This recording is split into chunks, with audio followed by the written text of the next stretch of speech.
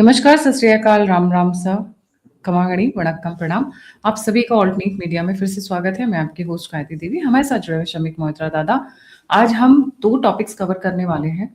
एक तो सुबह-सुबह जो अभी अनाउंसमेंट हुई है यूएस ईरान पीस डील की, बर्थडे गिफ्ट मिला है ट्रम्प को, और दूसरा 3 आईपीओस लॉन्च हुए हैं जिसकी वजह से जो अक्रॉस द वर्ल्ड मनी है वो फनल हो रहा है इस वक्त एक पर्टिकुलर डायरेक्शन में।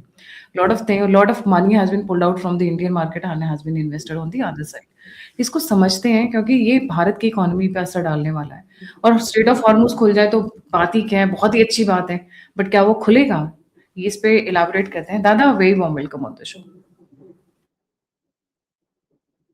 मैं थोड़ा सा जो इवेंट्स है उसकी क्रोनोलॉजी को समझा देता हूँ। ये डील, तथाकथित डील, जो बाय द वे अभी हुआ नहीं है कुछ, क्योंकि उस डील में एक बिंदु ये है कि लेबनान पे कोई अटैक नहीं होगा, यानी कि हिजबुल्लाह पे कोई अटैक नहीं होगा, लेकिन इजराइल ने पब्लिकली उसको मना कर दिया कि हम ऐसा कोई गारंटी नहीं दे सकते, हम अपने जहां पे जरूरत होगा हम वैसे अटैक्स चलाते रहेंगे। तो इसमें, इस संदर्भ में सबसे इंपॉर्टेंट बात, की महत्वपूर्ण बात यह है कि ये युद्ध है किसके बीच में। हम बार बार यही भूल जाते हैं कि युद्ध है इजराइल और ईरान स्थित IRGC, Islamic revolutionary guard core, उनके बीच में। अगर कॉन्फ्लिक्ट उनके बीच में और वो दोनों पार्टी नहीं है किसी पीस डील के, तो कौन सा पीस डील हो गया? नहीं हो सकता ना। तो ऑलरेडी उससे खिंचा के फिर ट्रंप साहब ने बिन्यामिन नेतन्याहू को फोन किया, एंड अपेरेंटली एफ शब्द का इस्तेमाल करते हुए बोला, what the F are you doing? क्योंकि नेतन्याहू ने ये पब्लिक टेलीविजन पे घोषणा करी थी कि हम तो अपने अटैक्स जारी रखेंगे, हम कोई गारंटी नहीं दे, हम इसके पार्ट नहीं। तो नंबर 1, डील तो हुआ नहीं है, लेकिन मैं इसका जो लिंकेज है मेरे लिए इंपॉर्टेंट नहीं, ये तो चलता रहेगा। मैंने बहुत पहले कहा था, कभी ये पार्टी ना कर देगा, कभी वो कर देगा ना, बीच में से सेटिंग करके तेल के दाम ऊंचे रहेंगे, और ये यही जो चीज है उसका फायदा ये लोग उठाएंगे। तेल के दाम ऊंचे रहते हैं तो फार्मा पे भी असर पड़ता है, अच्छा प्रॉफिट के दिशा में, और तेल के दाम ऊंचे रहते हैं तो बाकी जो अलाइड सेक्टर्स है उस पर भी असर पड़ता है, एग्रीकल्चर पे भी पड़ता है। तो इन लोगों का फायदा बनाने का ये एक जरिया है। यूएस का देखा जाए तो कोई एक्चुअल लीगल पोजीशन या स्टैंडिंग है नहीं इस कॉन्फ्लिक्ट में, वो तो ऐसे ही घुसी हुई है। मैं अपने दोस्त की सहायता कर रहा हूँ, हम मॉरल स्टैंड ले रहे हैं। कौन सा मॉरल स्टैंड भाई? तो वेडनेसडे को क्या हुआ था, पिछले वेडनेसडे की बात कर रहा हूं। कतर को यूएस ने मजबूर किया था कि तुम जाके मध्यस्थता करो, क्योंकि पाकिस्तान जो है वो सिर्फ मैसेंजर बॉय है, वो यहां से चिट्ठी लेके उधर पहुंचाता है, वहां से चिट्ठी लेके इधर पहुंचाता है, उसका कोई काम नहीं। कटर जेन्युइनली उसके पास एक्सपीरियंस है और इसी चीज में वो माहिर रहे हैं, तो वो उनको फोर्स किया गया कि आप ठीक है, आप अभी चिड़े हुए हो ईरान से, लेकिन बात करो और एक डील करवाओ, जैसे तैसे हो एक डील करवाओ। तो 14 पॉइंट सबमिट किए गए ईरान द्वारा, और उन 14 में से 2 अमेरिकियों को पसंद नहीं आया। एक न्यूक्लियर पॉइंट था, दूसरा ये लेबनान वाला पॉइंट था। उसके बाद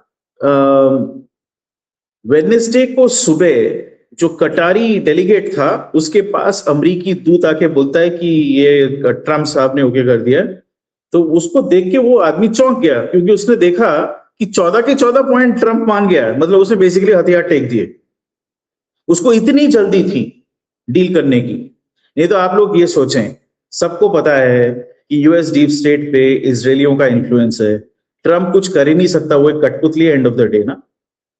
कोई भी यूएस प्रेसिडेंट आज तक जो केनेडी के बाद से चुना गया है, बिना डीप स्टेट की हामी के वो कुछ कर ही नहीं सकता। उस व्यक्ति को भी इसलिए मारा गया था क्योंकि वो डीप स्टेट के खिलाफ चाह रहा था। तो सडनली ये क्या जल्दबाजी हो गई, क्या हो गया? क्योंकि उसमें डीप स्टेट का एक दूसरा स्वार्थ भी था, और बड़ा एक स्वार्थ है, उस पर मैं आता हूं, जिसका जो इम्पैक्ट है वो हमारी अर्थव्यवस्था पे और हमारे कैपिटल मार्केट्स पे काफी सिग्निफिकेंट, बहुत डीप है, वो मैं समझाऊंगा आज। तो उसके बाद क्या हुआ कि ईरानी लोग तो बड़े खुश हो गए, बोले अच्छा हमारे सारे डिमांड्स मान लिए हैं, ठीक है हम लोग फिर तैयार हैं इसको साइन करने को। इधर वॉशिंगटन में मोसाद के जो एजेंट्स थे और उनके जो एसेट्स थे वो लोग एकदम फ्रैंटिकली इधर उधर दौड़ना भागना स्टार्ट किया कि क्या डील साइन हुआ है, क्या डील साइन होने वाला है, रादर पता करें। कि उनको पता था कि अगर ये हम आउट कर दें इसके डिटेल्स, तो ट्रम्प के जो मैगा वाले सपोर्टर्स है वो तो मानेंगे नहीं, वो चिढ़ जाएंगे, ठीक है, या कैसे तैसे इसको बदनाम करके हम ये युद्ध जो है खत्म होने नहीं देंगे। तो एक ये भी प्रकरण चला, जिसके चलते ये भी सुनने को आया है कि बहुत हीटेड एक्सचेंजेस हुए, कुछ एजेंट्स अरेस्टेड हुए, बाद में छोड़ दिया मोसाद के, यूएस द्वारा, फिर उनको छोड़ दिया। तो गहमा गहमी काफी हो गई। उसके बाद वो ट्रम्प का फेमस फोन कॉल आया बेनियामिन नेतन्याहू के पास, ये कहने के लिए what the F are you doing, ये तो हम डील हो गया है, you have to let this deal go through. Netanyahu ने साफ बोल दिया कि नहीं, मैं समझ रहा हूं, सब अच्छी बात है, लेकिन हम इस वाले पॉइंट पे नहीं मानेंगे। हिजबुल्लाह को हमें आक्रमण करना है, हम करते रहे। तो डील देखिए, हम कहते हैं कि डील हो गया है, उसके बाद तेल के भाव गिर के $81 पर बैरल चला गया है। पर ये हफ्ता गुजरने दीजिए, लेट्स सी व्हाट हैपेंस। एक हफ्ता तो जाने दीजिए, उसके बाद हमें पता लगेगा हुआ है कि नहीं हुआ है। लेकिन ट्रम्प को इतनी जल्दी क्या थी कि वो सारे डिमांड्स ईरानियों के सारे डिमांड क्यों माने? उसका कारण था एक आईपीओ, जिसका कनेक्शन भारतवर्ष के सिक्योरिटी के साथ भी है, भारतवर्ष में निवेश के साथ भी है, और इस पूरे रीजन के साथ है। कौन सा आईपीओ? वो है एलॉन मस्क की कंपनी स्पेसएक्स, जो स्टारलिंक भी चलाती है और सैटेलाइट्स भी लॉन्च करती है। मैंने आप लोगों को बताया था कि पाकिस्तान का पहला मिलिट्री सैटेलाइट जनवरी 2025 में ये स्पेसएक्स ने ही लॉन्च किया था। प्लस दूसरे ये जो ट्विटर वगैरह है वो स्पेसएक्स के अंदर डाला हुआ है इसने, यानी कि उसका जो एआई बिजनेस है ग्रॉक वाला, वो भी इसके अंदर है। ओके, उसका आईपीओ आया और आप सबको पता है उसका नतीजा ये हुआ कि अभी एलॉन मस्क दुनिया का सबसे अमीर व्यक्ति है बाय माइल्स, वो पहला ट्रिलियनियर बन गया है, उसका नेटवर्थ 1.1 ट्रिलियन है। पर देखें, ये जो चीज है ना, हमें दो तीन चीजें इसमें समझनी पड़ेंगी। नंबर वन, ये पेपर वेल्थ है, ये नेटवर्थ वाली बात है। क्या उसके पास 1.1 ट्रिलियन डॉलर्स हैं? नहीं। वो अभी जाके अगर उसको कोई बोले कि $200 बिलियन दे दो, वो नहीं दे पाएगा, क्योंकि उतना कैश नहीं है उसके पास। ये ऐसा नहीं कि पैसा बैंक में है, वो वाला पैसा नहीं है। तो ये हमें पहले समझना पड़ेगा। अब हम आते हैं, इसके साथ लिंक्ड और दो आईपीओज आ रहे हैं इसके पीछे। वो कौन से हैं? एक है एंथ्रोपिक का और दूसरा है ओपन एआई का। एंथ्रोपिक का आप सबको पता होगा कि उसके जो दो मुख्य मॉडल्स हैं, एक है मैं भूल रहा हूं दोनों के नाम अभी, मैं तो यूज करता नहीं हूं ज्यादा इन चीजों को। तो दो जो मॉडल है उनको यूएस ने बैन कर दिया, टेक्नोलॉजी डिनाइल कर दिया यूएस के बाहर, जिसमें हमने ये देखा है कि दुनिया में 12% यूजर्स जो हैं वो एथनिक इंडियंस हैं, यानी हमारे आईटी कंपनी में काम करने वाले लोग भारतवर्ष में, यूरोप में, यूके में, फिर अमेरिका में। अमेरिका में तो बैन हुआ नहीं है, लेकिन हमें ये देखना पड़ेगा कि ये टेक्नोलॉजी डिनाइल क्यों हुआ, ट्रम्प को हड़बड़ी क्या थी, ये आईपीओ अभी क्यों होना था, ये किस टाइप का आईपीओ था, और बाकी जो दो आईपीओ आने वाले हैं वो भी $1 ट्रिलियन आईपीओ होने वाले हैं, वो उनका उद्देश्य क्या है, ये सारा लिंक्ड कैसे है। बहुत बड़ा चीज लग रहा है ना, लेकिन बहुत बड़ा नहीं। अब मैं इसको आसान शब्दों में समझाता हूं। नंबर वन, जो एआई बेस्ड अभी ये तकनीकी क्रांति या औद्योगिकी क्रांति चल रही है, आर्टिफिशियल इंटेलिजेंस बेस्ड, उसके चलते जो पूरा अब तक का टेक्नोलॉजी कंपनीज का मॉडल था वो एकदम अलग हो गया है। देखिए, जब 19वीं शताब्दी में बड़े पैमाने पे इंडस्ट्रियल रेवोल्यूशन हुआ, उस समय रेलवेज पे ह्यूज इन्वेस्टमेंट गया, क्योंकि आपको मास ट्रांसपोर्टेशन का वो सबसे सस्ता और इफेक्टिव रूट मिला, ओवरलैंड। शिप बिल्डिंग इंडस्ट्री में मैसिव इन्वेस्टमेंट्स हुआ, और फैक्ट्रीज पे तो हुआ ही। तो ये क्या था? ये था हेवी एसेट्स में इन्वेस्टमेंट। ये एसेट लाइट मॉडल नहीं था, पहला औद्योगिक क्रांति, ये एसेट हेवी मॉडल था। अब जो ये पहली बार टेक्नोलॉजी कंपनीज का में नया निवेश हो रहा है, अब तक क्या होता था, ये लोग बेसिकली एक प्लेटफॉर्म बनाते थे, उसके ऊपर कुछ सॉफ्टवेयर मिलता था, आप या मैं उसको एक्सेस करते थे। लेकिन अब क्या हो गया है कि ये लोग इसको, हमारे दिमाग को रिप्लेस करके एक नया दिमाग बनाने की कोशिश कर रहे हैं, जो क्या बोलते हैं, उसमें स्टोरेज कैपेसिटी बहुत इनफाइनाइट चाहिए, क्योंकि जो हम ज्ञान पाते हैं या हम अपना दिमाग अप्लाई करते हैं, वो हमारा हजारों वर्षों से जो मानव जाति ने अपना नॉलेज प्राप्त किया है, पुरखों ने हमको दिया, हमने अपने बच्चों को दिया है, उसके बेसिस पे हमारा दिमाग चलता है। तो ये सारा का सारा जो नॉलेज है उसको पहले एक जगह पे इकट्ठा करना पड़ेगा, फिर उसको यूज करके ट्रेन करना पड़ेगा मशीन को कि तू ऐसे सोच, फिर तू मानव दिमाग की तरह सोच सकता है। इस क्रांति की आवश्यकता क्या थी? इस क्रांति की आवश्यकता ये है कि पश्चिम के देशों ने अपने ही पैर पे कुल्हाड़ी मार के वो बच्चे पैदा कर नहीं रहे हैं, तो उनकी जाति जो है वो सीमित होती जा रही है संख्या में। तो लेबर बेस्ड जो प्रोसेसेस है, ह्यूमन एफर्ट बेस्ड जो प्रोसेस है, उसकी उनकी करने की क्षमता समाप्त हो गई है। प्लस उनके दिमाग में ये भी आया है कि हम अपने पॉपुलेशन को कम कर देंगे, और वो वैसे हो भी रहा है, तो हम इसको रिप्लेस करते हैं विद फास्टर मशीन्स। मशीन जो है वो तो बहुत फास्ट प्रोसेस कर सकता है। इसमें एक बहुत बड़ा पिटफॉल है, मैं उस पे नहीं जाऊंगा, लेकिन ये जो है ये थिंकिंग है। तो उसके लिए उनको क्या चाहिए? Massive data storage. Massive data storage में आपको इन्वेस्ट करना पड़ेगा, यानी massive air conditioning, massive amounts of land, पानी के स्रोत, huge amount of water cooling भी चाहिए। ये जो मशीन्स जिसमें स्टोरेज होता है, जो सर्वर्स होते हैं, उसको बनाने के लिए आपको तरह तरह के रेयर अर्थ्स चाहिए, वो भी एक वाटर इंटेंसिव प्रोसेस है। आपको सेमीकंडक्टर्स चाहिए, वो भी water intensive and polluting, highly toxic polluting industry है, ठीक है। तो इन सब चीजों पे भारी निवेश हो रहा है। इसको चलाने के लिए क्या चाहिए? Huge amounts of electricity, massive amounts of electricity, यानी ऊर्जा, एनर्जी। तो इन सब चीजों के लिए अभी जो ये तथाकथित औद्योगिक क्रांति चल रही है, उसको चलाने के लिए इनको निवेश बहुत ज्यादा चाहिए। वो जो पहले था ना मॉडल कि हम $20 बिलियन स्पेंड करके एक सॉफ्टवेयर बनाएंगे, फिर उसको 200-300 बिलियन डॉलर उसमें से कमाएंगे, वो मॉडल अब ये वो वाला मॉडल नहीं है। वो बनाने के लिए उनको पहले $500 बिलियन, सॉरी $500 ट्रिलियन, $500 बिलियन खर्चना पड़ेगा, डेटा स्टोरेज, इलेक्ट्रिसिटी, फिर पानी को फिर से रिसाइकिल करना, ठीक है, इत्यादि इत्यादि, स्टोरेज खरीदना, और फिर नवीडिया जो कंपनी है उसके चिप्स जो महंगे हैं, सस्ते नहीं है, वो भी तो खरीदना पड़ेगा ना आपको। और वो आए दिन वो अपने आप को आगे रखने की कोशिश में चाइनीज कंपनीज के साथ एक होड़ में लगी हुई है, और फास्ट बना रही है अपने चिप्स को, एक्स्ट्रा निवेश। तो अभी जो है दुनिया में ये देखा गया है कि जैसे जो 5 बड़े बड़े टेक्नोलॉजी कंपनीज हैं, जिसमें ये एलॉन मस्क का एम्पायर भी आता है, जिसमें मेटा यानी कि जो गूगल फेसबुक चलाती है वो आती है, फिर गूगल आता है जिसपे ये यूट्यूब पे अभी हम बात कर रहे हैं, तो गूगल भी उसमें आता है, फिर एंथ्रोपिक और ओपन एआई, ये 5 बड़े कंपनीज है जो इसमें लगे हुए हैं, ठीक है।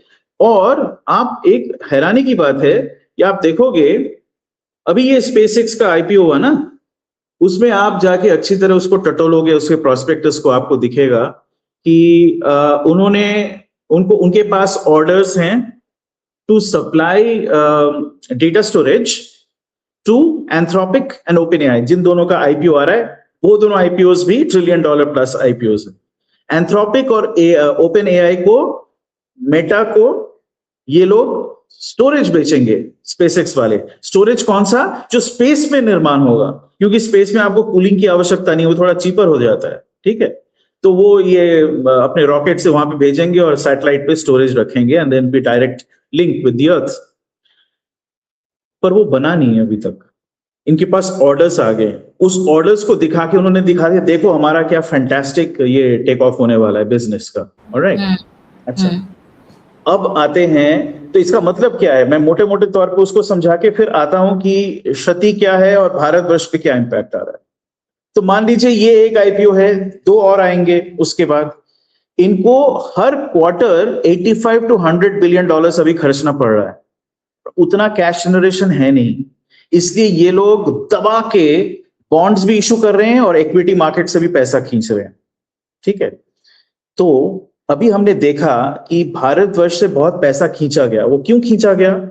उसका एक बहुत बड़ा कारण था कि इनको ये सब जो आईपीओस हैं, न्यू बॉन्ड इशुएंसेस हैं, ओके, उसका ट्यून मैं बता देता हूं कि एक्चुअल कैश अमाउंट में, नॉट वैल्यूएशन, कैश अमाउंट पे रफली 1.6 trillion dollars 1.6 trillion dollars in लोगों का जरूरत है सिर्फ इस साल के लिए।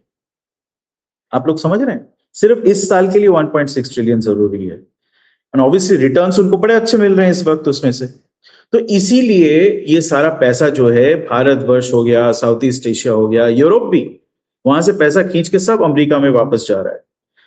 दूसरा, उनका जो है डेट इतनी भारी मात्रा में ले रखी है अमेरिकी सरकार ने, और अपने वर्चस्व को बनाने के लिए वो खर्चते ही जा रहे हैं, तो फिर और डेट ले रहे हैं, और उस डेट को सर्विस के लिए और डेट ले रहे हैं। उसका वैल्यू बना के रखना पड़ेगा ना, तो उसके लिए भी उनका जो इंटरेस्ट रेट है वो ऊपर की तरफ चढ़ रहा है। तो ये दो कारण है, ये आईपीओस और इंटरेस्ट रेट का चढ़ना। तो ये सारा जो पैसा ये खींच रही है इस वक्त अमेरिका दूसरे देशों से। अब ट्रंप को जल्दी क्या थी? ये आईपीओ क्रिटिकल है उन लोगों के लिए जिन्होंने ट्रंप को उसकी राजगद्दी दिलाई। उन्हीं लोगों ने इन्वेस्ट किया है ना। आप पूरा तंत्र देखिए, वही ब्लैक रॉक, वही फिडेलिटी, वही वैनगार्ड, जो बड़े बड़े इंस्टीट्यूशनल फंड्स हैं, वही इन्वेस्टमेंट बैंक्स, गोल्डमैन सैक्स, मॉर्गन स्टैनली इत्यादि, जो इनका ये सेलिंग करते हैं इन सब चीजों का। और फिर जो बड़े बड़े टेक कंपनीज हैं, से माइक्रोसॉफ्ट हो गया, ऑरेकल हो गया, गूगल, ये मस्क का जो एम्पायर है, ये ओपन एआई वगैरह वगैरह, एंथ्रोपिक, इन्हीं लोगों ने ट्रंप को बैकिंग किया था। हाँ, ट्रंप का बैकिंग दो मुख्य तौर पे आया था, एक बिग ऑयल से आया था, दूसरा इनसे आया था। तो बिग ऑयल का तो उन्होंने देख लिया, ठीक है। डीप स्टेट में कई अंग हैं उसके, उसमें एक है डिफेंस इंडस्ट्री है, बिग ऑयल है, बिग फार्मा है, और बिग टेक है। बिग टेक इस वक्त सबसे बड़ा है। तो उनको सेटिस्फाई करना ट्रंप का मेन कारण है वहां पे बने रहने का। तो वो हमेशा करेंगे। तो अगर वो अपना इतना बड़ा आईपीओ ला रहे हैं, जो एक्चुअली इस वक्त आईपीओ पहली बार सर्वाइवल के लिए ला रहे थे, उनको सर्वाइव करने के लिए पैसा चाहिए, ठीक है। एंड आप देखिए, एक कंपनी और है पैलेंटीर बोल के, जो शायद दुनिया का सबसे बड़ा सप्लायर है defence AI and government AI का। ओके, उसका जो उसमें जो मुख्य निवेशक था वो था पीटर थील। वो वही पीटर थील है जो पेपैल में भी उसने इन्वेस्ट किया था, फेसबुक पे भी किया था, और मस्क के विभिन्न कंपनियों में उसी ने इन्वेस्ट किया था। कहते हैं कि उनका जो वाइस प्रेसिडेंट है जेडी वैंस, वो पीटर थील के कहने पे ही वाइस प्रेसिडेंट बना है, ठीक है। पीटर थील अब यूएस में रहता नहीं है, उसने अपने पैलेंटीर के काफी शेयर्स बेच दिए, और अपने हस्बैंड, हाँ वो आदमी है लेकिन उसका हस्बैंड है, तो आप लोग समझ जाइए, और उसके जो सरोगेट औलादे हैं उनको लेके अर्जेंटीना जाके सेटल हो गया। अर्जेंटीना और न्यूजीलैंड वो दो देश हैं, अगर न्यूक्लियर युद्ध हुआ तो ये बिल्कुल बचे रहेंगे, इन पे कुछ नहीं होगा, कि बहुत ही ज्यादा दूर और रिमोट है, कोई इन पे आक्रमण करने वाला है नहीं, ठीक है। तो पीटर थिल वहां पे चला गया। इधर ये लोग ये बड़े बड़े आईपीओस कर रहे हैं। ये आईपीओ इसलिए जरूरी है क्योंकि इनको सर्वाइव करना है। सर्वाइवल के लिए आप लोग खुद सोचिए ना, अगर हर क्वार्टर में आपको 85 to 100 बिलियन डॉलर्स खर्चना पड़ रहा है कैश, ये तो शेयर देके नहीं खरीद सकते ना, सामान खरीदने के लिए आपको कैश चाहिए। तो आपको या तो बैंक से लोन लेना पड़ेगा, या बॉन्ड इशू करना पड़ेगा जो हो गया डेट, या फिर आपको इक्विटी रेज करना पड़ेगा। मैं आप लोगों को एक और तथ्य दे देता हूं। वो तथ्य ये है कि हम, by the way, capital market से मैं बहुत खुद जुड़ा हुआ हूं। I started my banking career in the capital markets. मैं खुद इक्विटी एनालिस्ट था बैंकिंग सेक्टर का। तो ये हमने पाया है कि नंबर ऑफ स्टडीज, उसमें हमने देखा है कि 2001 से लेके 2025 के शुरुआत तक, ओके, ये पीरियड है, ये एक 24 साल का पीरियड है, कैपिटल इक्विटी इशुएंसेस वो श्रिंक कर रही थी। पब्लिक मार्केट में नया कैपिटल नहीं आ रहा था, all the while money supply जो है वो बढ़ रहा था। तो आप देखिए, एक कमोडिटी है, इक्विटी को अगर आप एक कमोडिटी माने, उसके पीछे जो पैसा लगने वाला है उसका सप्लाई आप बहुत बढ़ा दो, लेकिन ये जो है इसकी मात्रा आप कम कर दो, तो प्राइस को क्या होगा, एकदम से शूट करेगा। तो ये स्टडी इसलिए किया गया बिकॉज हम लोगों ने पाया कि कोई भी वैल्यूएशन, नॉर्मल जो हम टेक्निक्स यूज करते हैं, डिस्काउंटेड कैश फ्लो हो गया, मार्केट मल्टीपल्स हो गया, रियल ऑप्शंस, किसी भी एनालिसिस से आपको ये वैल्यूएशंस जस्टिफाइड नहीं मिलते। पहली बार आप देख रहे हो कि प्रॉफिट का मल्टीपल नहीं, रेवेन्यू के मल्टीपल पे कंपनीज के बड़े बड़े वैल्यूएशंस निकल के आ रहे हैं। तो इसका कारण क्या था, वो जांच करने के लिए ये एनालिसिस किया गया है और ये पाया गया है कि टोटल इश्यूएंसेस कम हो रहे हैं, आप इनफैक्ट बाईबैक कर रहे हो, शेयर्स बाईबैक कर रहे हो, इसलिए नहीं कि आपके पास नए चीजों में निवेश करने के लिए आइडियाज नहीं है, इसलिए कर रहे हो क्योंकि आपको कैपिटल बेस श्रिंक करना था। दूसरा, प्राइवेट इक्विटी या वेंचर कैपिटल, जो मेरा काम था और अभी भी है to a large extent. Private equity venture capital के पास ह्यूज अमाउंट्स ऑफ कैपिटल इसलिए आया क्योंकि इंटरेस्ट कॉस्ट को एकदम जीरो के आसपास ले लिया गया। जो दो बड़े इशुअर्स हैं, यूएस और जापान, और उसके बाद चाइना ने भी वही किया। तो पैसा चीप हो गया, बहुत ज्यादा मनी सप्लाई बढ़ गया, लेकिन इशुएंसेस कम हो गए क्योंकि वो प्राइवेट सेक्टर फाइनेंस करने लगी। तो कैपिटल मार्केट में क्या हुआ, दाम बढ़ गए, जिसका असर केवल यूएस में नहीं भारतवर्ष पे भी पड़ा। यहां पे भी कैपिटल मार्केट में दाम बहुत बढ़े। बाय द वे, आप लोग अगर जो टॉप 20 स्टॉक्स ले लें भारतवर्ष का, एक स्लाइस बनाए उसका, आज से 6 साल पहले उसका भाव देखिए और आप देखिए उसे में, मतलब वो भाव ऊपर चढ़ा, फिर ऐसे नीचे आ गया, फिर वापस वहीं पे गया। एक कंपनी है यूएस में, उसका नाम मैं बताता हूं, हाँ, सिस्को जो है वो रूटर्स और नेटवर्क इक्विपमेंट सप्लाई करती है। ये जो इंटरनेट चलता है ना, उसके लिए ऑप्टिकल केबल्स वगैरह, उसके लिए रूटर्स वगैरह। Cisco is one of the largest companies, बहुत प्रॉफिटेबल कंपनी है। 2001 में उसका, सॉरी 2001 नहीं, 2000 में एक आईपीओ आया था उसका, which was massively oversubscribed, massively overpriced। हम सब ने कहा था कि ये प्राइस जस्टिफिकेशन नहीं हो रहा है, लेकिन लोगों ने उसमें बहुत पैसा निवेश किया। जो रिटेल इन्वेस्टर्स थे, इंस्टीट्यूशनल नहीं, रिटेल इन्वेस्टर्स ने बहुत ज्यादा पैसा उसमें लगाया। उसको बेचा किसने था, गोल्डमैन सैक्स और मॉर्गन स्टैनली। अब मैं उससे अभी प्रेजेंट डे पे लाता हूं। फिर उसके प्राइस का क्या हुआ, वो एकदम गिर गया क्योंकि इंटरनेट बबल जो है क्रैश कर गया था। लेकिन Cisco kept making money, it was a profitable company. आज तक वो हैंड ओवर फिस्ट पैसा बनाती है। अब जाके उसका वैल्यू क्लाइम करके ऊपर चढ़ गया है क्योंकि अभी इक्विपमेंट का जमाना है। सब लोग डिवाइसेस, इक्विपमेंट, सर्वर्स, ठीक है, डेटा स्टोरेज, डेटा नेटवर्किंग, ये सब खरीद रहे हैं। तो नेचुरली जो इन सब चीजों को बनाती है कंपनी, वो तो कैश इनकम करेगी, उनका प्रॉफिट भी बढ़ेगा। तो सिस्को का भी ऑल टाइम हाई प्राइस गया है, लेकिन बढ़ के कहां तक गया है, 2000 में जो हाई पॉइंट था वहां तक। यानी उसने ये किया, एक V shape, it's just gone back to that. तो इसका मतलब क्या, नेट तो आपका वेल्थ डिस्ट्रक्शन नहीं हुआ ना। लेकिन स्टोरी वो नहीं है। स्टोरी ये है कि ये सारा जो हो रहा है वो इस चल के हो रहा है कि एक होड़ लगी हुई है ये बताने के लिए कि हमारे पास सबसे इंटेलिजेंट एआई है, सबसे यूजफुल एआई है, और उसको जस्टिफाई करने के लिए, ये स्टोरी बना के उसको जस्टिफाई करने के लिए इन सब चीजों पे खर्चा जा रहा है। और एक रेस लगा हुआ है कि देखो मेरा जो एजेंटिक एआई है वो ना, उसका कॉग्निटिव एबिलिटी 99.99% है, नहीं मेरा 99.9995 है। इस टाइप का एक रेस चल रहा है, ठीक है। तो इसका मतलब क्या बनता है, इसका मतलब ये है कि अब आप एक आईपीओ ला रहे हो सरवाइव करने के लिए, क्योंकि आपको कैश खर्चना ही पड़ेगा, आपको आगे रहना ही पड़ेगा उस होर में, ठीक है। अब ये सॉरी, जो मैं पॉइंट था वो भूल रहा हूं। हाँ, ये जो भारतवर्ष से पैसा निकाल के उधर वापस गया है, और गल्फ में जो ये युद्ध की स्थिति चल रही थी, वो एक स्मोक स्क्रीन था। ये भी आप लोग देखें, वो एक स्मोक स्क्रीन था। जो भारी प्रॉफिट बनाया गया ना इस दौरान, पिछले 4 महीने में यूएस में इंस्टीट्यूशंस ने, तेल का भाव नीचे गिरा, फिर ऊपर गया, फिर नीचे गया, फिर ऊपर गया। इसमें इन्होंने पुट कॉल जो होते हैं ना, पेयर ट्रेड्स, उसके थ्रू बहुत पैसा बनाया है। वो उन लोगों ने भी इन आईपीओस में बहुत पैसा निवेश किया है, ओके। लेकिन एक चीज और है, जब भी आईपीओ होता है तो जनरली जो बेस्ट आईपीओस होते हैं वो इंस्टीट्यूशंस ही ले जाते हैं, पब्लिक के पास ज्यादा नहीं आता है। 5% 10% पब्लिक के पास आता है, 90% इंस्टीट्यूशंस खरीदती हैं, म्यूचुअल फंड्स, इंश्योरेंस कंपनीज वगैरह वगैरह, सॉवरेन फंड्स, ये लोग खरीदते हैं। इस आईपीओ में पहली बार 20% जो उसका टोटल इशुएंस है वो पब्लिक को बेचा गया है, रिटेल को। वही लोग हैं गोल्डमैन सैक्स, मॉर्गन स्टैनली, जो वो बताया था मैंने आपको सिस्को के बारे में, उन लोगों को बेच रही थी ना, पब्लिक को बेच रही थी। उस समय उस वक्त 15% बेचा था, तो एकदम सेंसेशन हो गया था हमारे बीच में, हम जो एनालिस्ट थे उनके बीच में।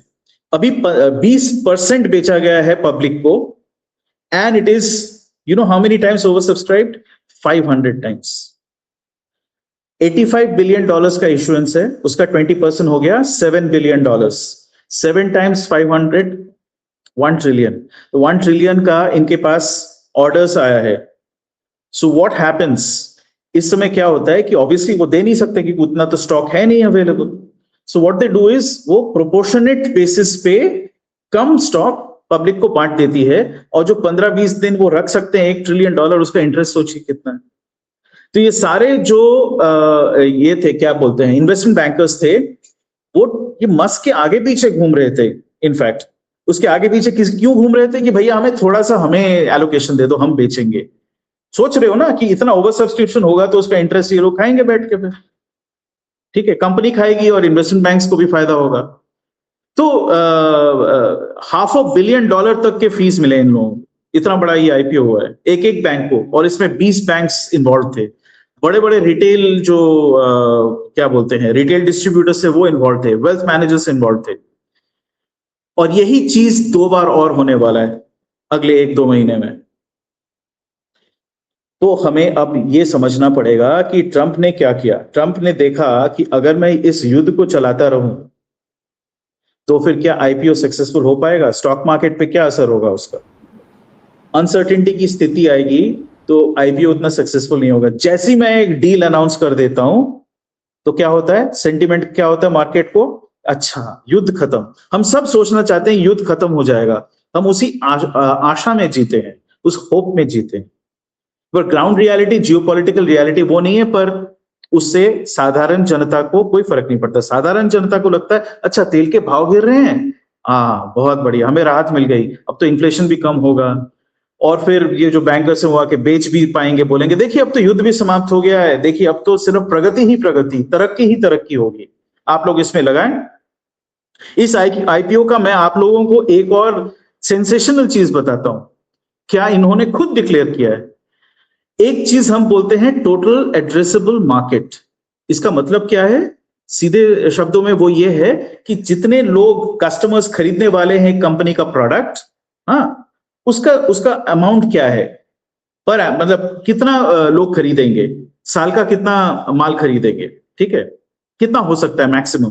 तो total addressable market for SpaceX products बताया गया है $28.5 ट्रिलियन।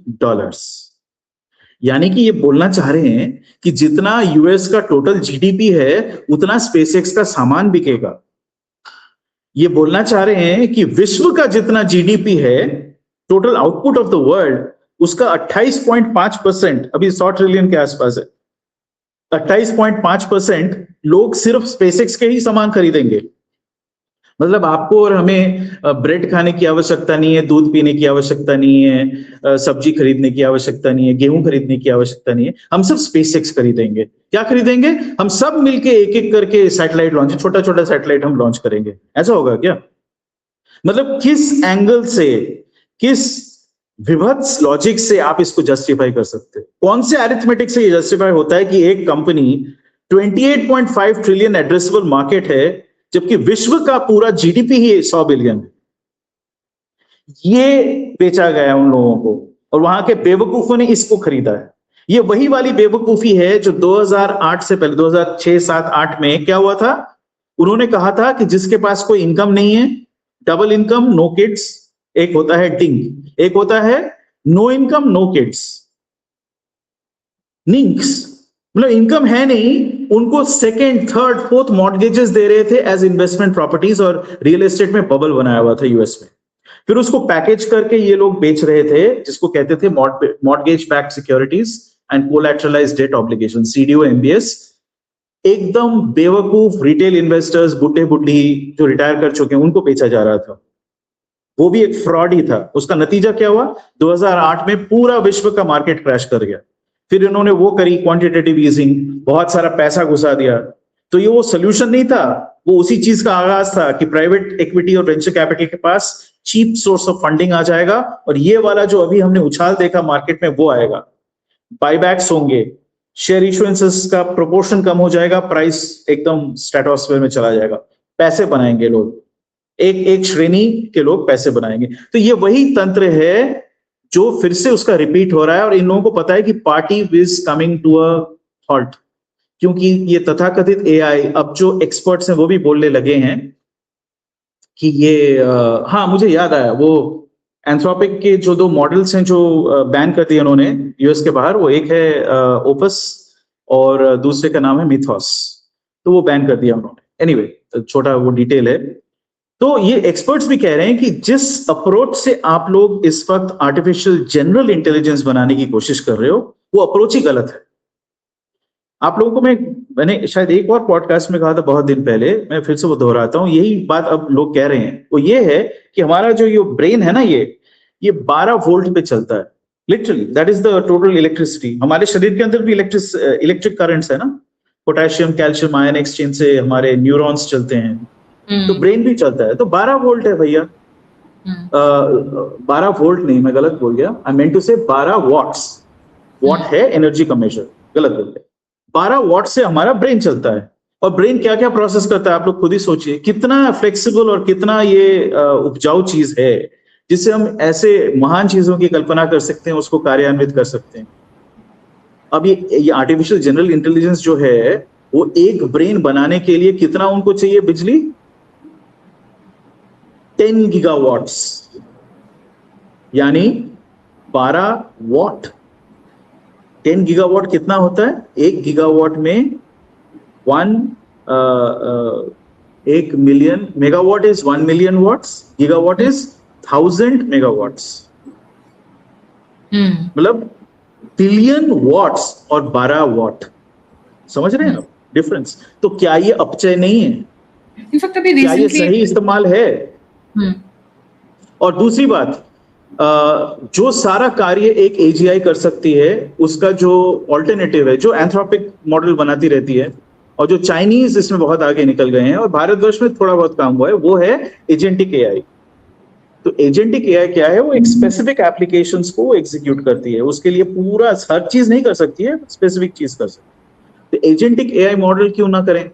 उसके जगह ये एजीआई बनाने की जो होड़ में ये लगे हुए हैं, जिससे एनवीडिया को ही प्रॉफिट मिल रहा है, क्योंकि आपको फास्टर एंड फास्टर चिप्स चाहिए, ज्यादा से ज्यादा स्टोरेज चाहिए, तो उनको फायदा तो हो रहा है, लेकिन उसका नतीजा क्या आ रहा है? क्या मानव जाति के पास कोई नायाब यंत्र वाकई में आ रहा है जिससे हम अपनी प्रगति को और 4 चांद लगा सकते हैं और फास्ट हम ग्रो कर सकते हैं as a civilization in this corner of the Galaxy?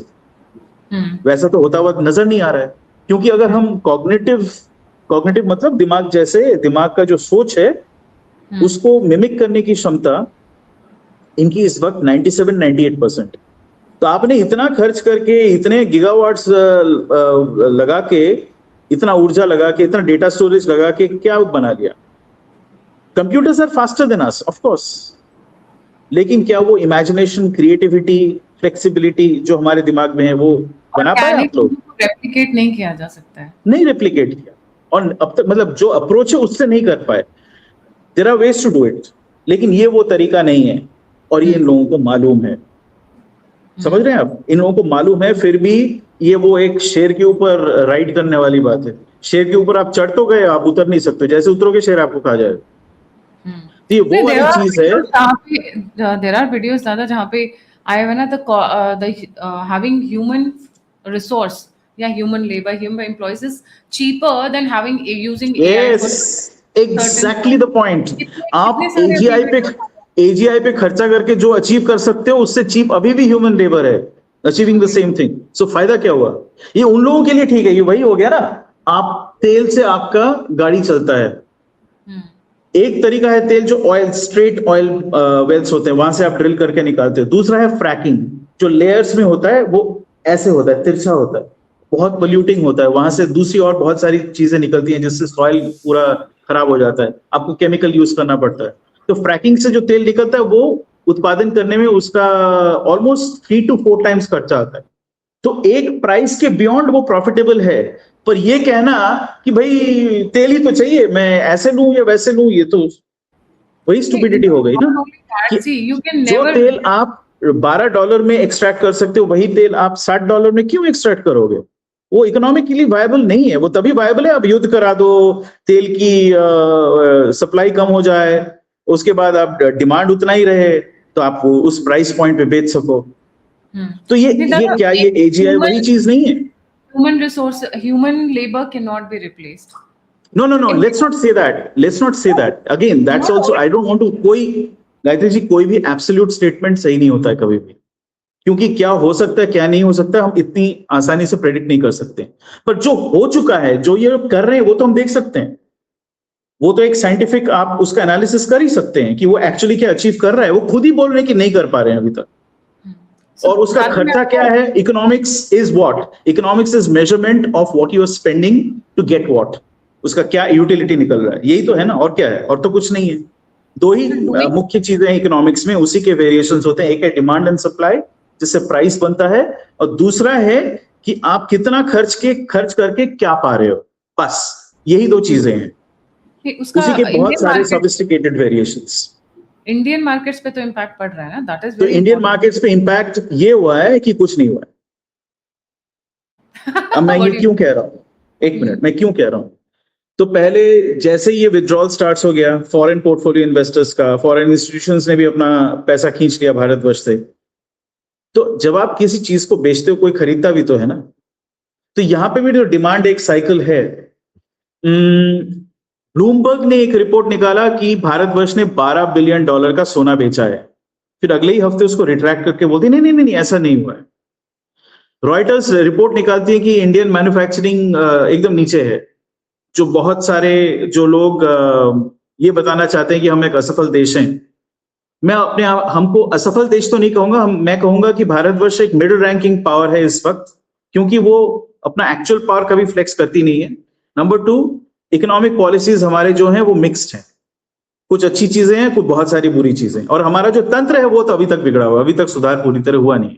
लेकिन ये कहना कि यहाँ पे कुछ भी नहीं हो रहा है, that goes against actual facts. क्यों? क्योंकि अभी वर्ल्ड बैंक का रिपोर्ट निकला है। World bank doesn't rely just on Indian government data, वो अपना भी डेटा कलेक्शन करके एनालिसिस करती है।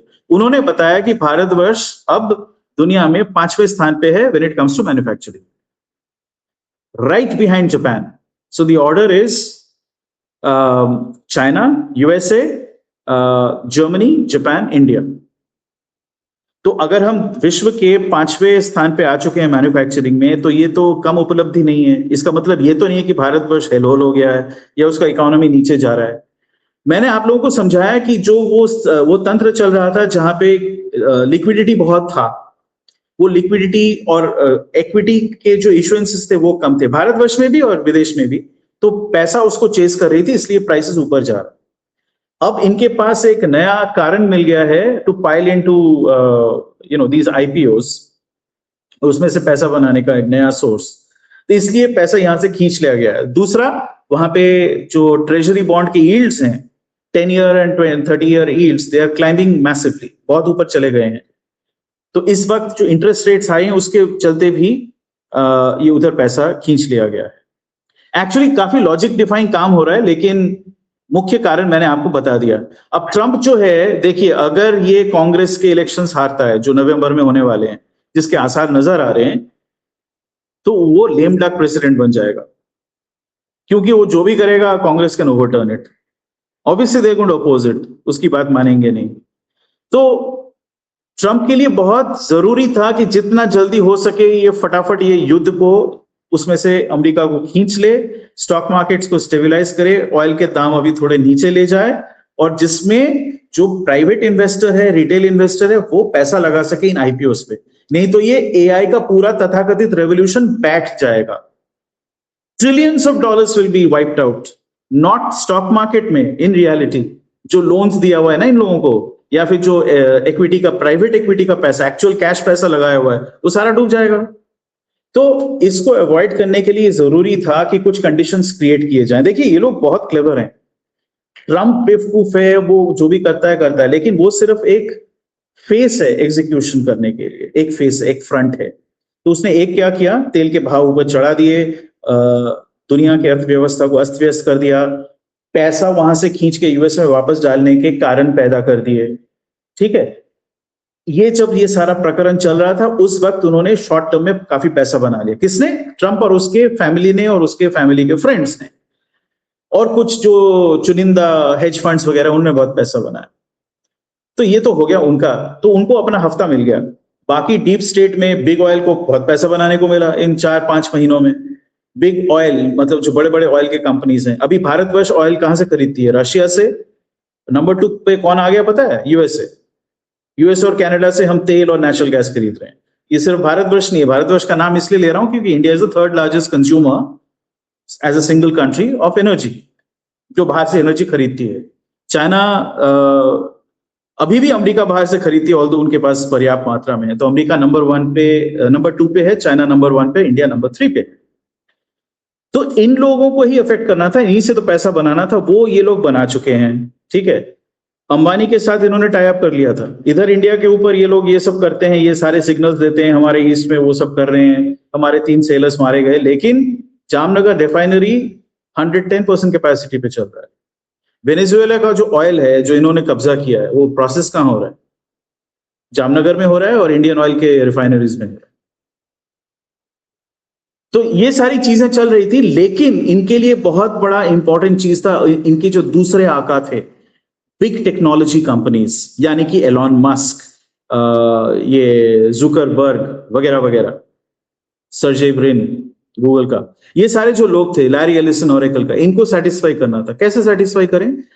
इनको पैसा निकालने दो मार्केट से, अपना वेल्थ जो है और बढ़ाने दो, और अपने कंपनीज को थोड़ी देर और सस्टेन करने दो। ये जो होड़ चल रहा है वो चलने दो, कि ट्रंप का तो सत्र समाप्त हो जाएगा, उससे पहले ये सब करना पड़ेगा ना। और अगर आईपीओ आप फ्राइडे को ला रहे हो और युद्ध वेडनेसडे तक चल रहा है, तो वो आईपीओ उसको खतरा है। ठीक है, और अगर अगले ही महीने आप और आईपीओ लाने वाले हो ऑफ सिमिलर टाइप, तो आपको मार्केट में वो कंडीशंस पैदा करने पड़ेंगे ना, वो एनवायरनमेंट पैदा करना पड़ेगा जिसमें वो सक्सेसफुल हो सकता है। तो इसमें क्या हुआ? नेट नेट भारतवर्ष में, मैंने बताया, टॉप 20 कंपनीज उठा के देख लीजिए, पिछले 6 साल में जहां पे 5 साल पहले थी, वापस वहीं पे पहुंच गई है। मतलब कोई ऊपर नहीं चढ़ा है। Overall markets have not really done much. So ना नुकसान हुआ है ना वो हुआ है, लेकिन पैसा यहां से बाहर चला गया, ये फैक्ट है। और वही पैसा जो है ऐसे वैल्यूएशंस को ड्राइव कर रही थी। अभी जो है भारतवर्ष के जो लार्ज फंड्स हैं, एलआईसी हो गया, जो इंश्योरेंस कंपनीज हैं, जो म्यूचुअल फंड्स हैं, और जो रिटेल इन्वेस्टर्स हैं, वही इसको ड्राइव कर रहे हैं, वही खरीद रहे हैं। और उनको खरीदने के लिए जो स्टेबिलिटी चाहिए वो हमारे अपने तंत्र से आ रहा है, बाहर से नहीं आ रहा है। इस वक्त बाहर से नहीं आ रहा, लेकिन हमारे ओवरऑल स्टॉक मार्केट का वैल्यू जो है नंबर 6 पे चला गया, 4 पे थी। तो नेट नेट नुकसान ही हुआ ना। फर्क नहीं पड़ा, मैं इसलिए कह रहा हूं क्योंकि वो जो शेयर प्राइसेस हैं वो ये ऐसे करके फिर वापस यहीं पे चले गए। तो they are all sort of flat lining. इससे कोई गेन नहीं हुआ है, नुकसान भी नहीं हुआ है, नेट नेट गेन भी नहीं हुआ, तो कोई फर्क नहीं पड़ा।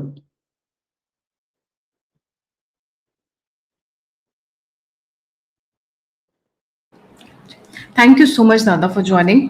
काफ़ी इंपॉर्टेंट डेवलपमेंट्स हो रही हैं। Let's see how it turns out. अभी आज भी यूएस ईरान का जो आया हुआ है, देखते हैं शाम तक उस पर पलटी कितनी बार होती है, क्योंकि वो भी मज़ेदार होगा। बाकी तो इलॉन मस्क की कहानी तो अभी कुछ एक मंथ्स में और भी डिटेल्स निकल कर आएंगे ही आएंगे। आप लोग, मैं भविष्यवाणी करता हूँ, एंथ्रोपिक का आईपीओ भी देख लेना, उसमें भी रिटेल इन्वेस्टर्स विल पाइल इन। जब भी रिटेल इन्वेस्टर्स की मात्रा भारी होती है, इसका मतलब जो इंस्टीट्यूशनल इन्वेस्टर्स हैं उनका कॉन्फिडेंस लो है। बात तो यही है ना। हाँ, ये पॉइंट जी। सो जाने से पहले सभी व्यूअर्स से रिक्वेस्ट है, please don't forget to like, subscribe and share the alternate media.